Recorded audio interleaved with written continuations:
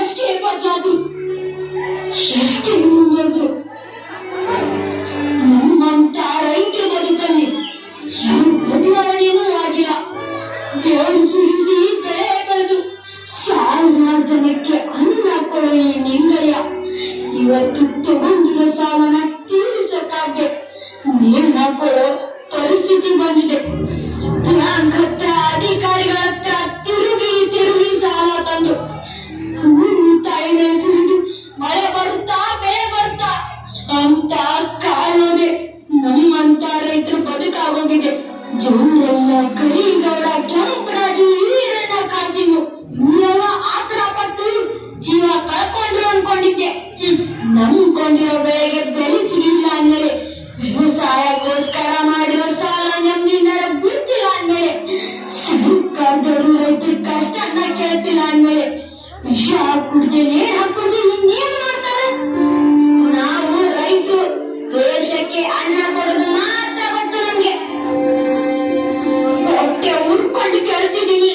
ಕೇವಲ ಲಕ್ಷ ರೂಪಾಯಿ ಸಾಲಕ್ಕೆ ಮನೆ ಹೊಲ ಜಪ್ತಿ ಮಾಡ್ತೀವಿ ಅಂತ ಗರ್ವದಿಂದ ಹೊರತೀರಲ್ಲ, ಸಾವಿರಾರು ಕೋಟಿ ಕಚ್ಕೊಂಡು ಪರದೇಶ ಕೊಡೋದಲ್ಲ. ಅವ್ರಿಗೆ ಯಾರಿಗೂ ನೀವು ರೂಲ್ಸ್ ಲೆಕ್ಕ ಬರಕ್ಕಿಲ್ಲ ಸ್ವಾಮಿ. ಪೆಟ್ರೋಲ್ ಬೆಲೆ ಜಾಸ್ತಿ ಆದ್ರೆ ಇಡೀ ದೇಶನೇ ಬಂದ್ ಮಾಡ್ತಾರೆ. ಆದ್ರೆ ರೈತ ಬೆಳೆದಿರೋ ಬೆಳೆಗೆ ಬೆಲೆ ಸಿಗ್ತಿಲ್ಲ ಅಂತ ಯಾವತ್ತಾದ್ರೂ ಒಂದಿನಾದ್ರೂ ಬಂದ್ ಮಾಡಿದೀರಾ? ಸ್ಟ್ರೈಕ್ ಮಾಡಿದೀರಾ? ಒಂದು ಕಂಪನಿ ತಾನು ತಯಾರಿಸೋ ವಸ್ತುಗೆ ತಾನೇ ಬೆಲೆ ಫಿಕ್ಸ್ ಮಾಡುತ್ತೆ. ಆದ್ರೆ ರೈತ ತಾನು ರಕ್ತ ವಸ್ತು ಬೆಳೆದಿರೋ ಬೆಳೆಗೆ ರೇಟ್ ಫಿಕ್ಸ್ ಮಾಡಕ್ಕಾಗ್ತಿಲ್ವಲ್ಲ, ಯಾಕೆ? ಇಲ್ಲಿ ಕಷ್ಟಪಟ್ಟು ಬೆಳೆ ಬೆಳೆಯೋ ರೈತರಿಗಿಂತ ಮತ್ತೆ ನಿಂತು ವ್ಯಾಪಾರ ಮಾಡೋ ದಳ್ಳಾಳಿನೇ ಜಾಸ್ತಿ ಸಂಪಾದನೆ ಮಾಡ್ತಾನೆ. ಈ ನಿಯಮನೆಲ್ಲ ಯಾರು ಮಾಡಿದ್ರು, ಯಾಕೆ ಮಾಡಿದ್ರು? ಒಟ್ನಲ್ಲಿ ರೈತರು ಉಪಯೋಗ ಯಾವ ನಿಯಮನ ವ್ಯವಸ್ಥೆ ಇಲ್ಲ ಅನ್ಸುತ್ತೆ. ದೇಶ ನಮ್ಮ ಬಗ್ಗೆ ಯೋಚನೆ ಮಾಡದೆ ಇದ್ರು ದೇಶದ ಹೊಟ್ಟೆ ತುಂಬಿಸಾಗಿವಿ. ಆದ್ರೆ ನೀವೆಲ್ಲ ಸೇರಿ ತಮ್ಮ ಹೊಟ್ಟೆ ಮೇಲೆ ಹೊಡಿತಿದ್ದೀರಲ್ಲ. ಒಂದು ಸಲ ರೈತ ವ್ಯವಸಾಯನ ಬಿಡೋ ನಿರ್ಧಾರ ಮಾಡಿದ್ರೆ ಈ ದೇಶದ ಪರಿಸ್ಥಿತಿ ಹೇಗಿರುತ್ತೆ ಅಂತ ಯೋಚನೆ ಮಾಡಿದ್ದೀರಾ? ಯೋಚನೆ ಮಾಡಿರಲ್ಲ.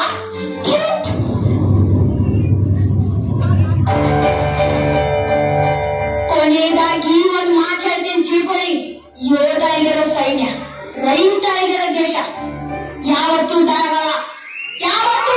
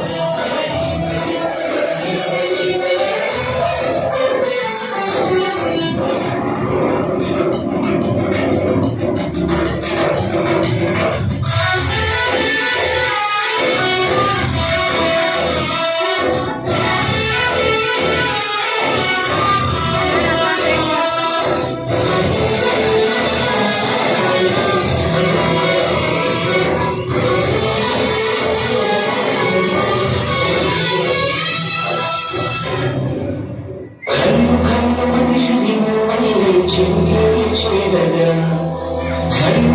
మది పులకింతలు పుడమే పాడగా కన్ను కన్ను మని చిరుకేరి చేరగా మది పులకింతలు పుడమే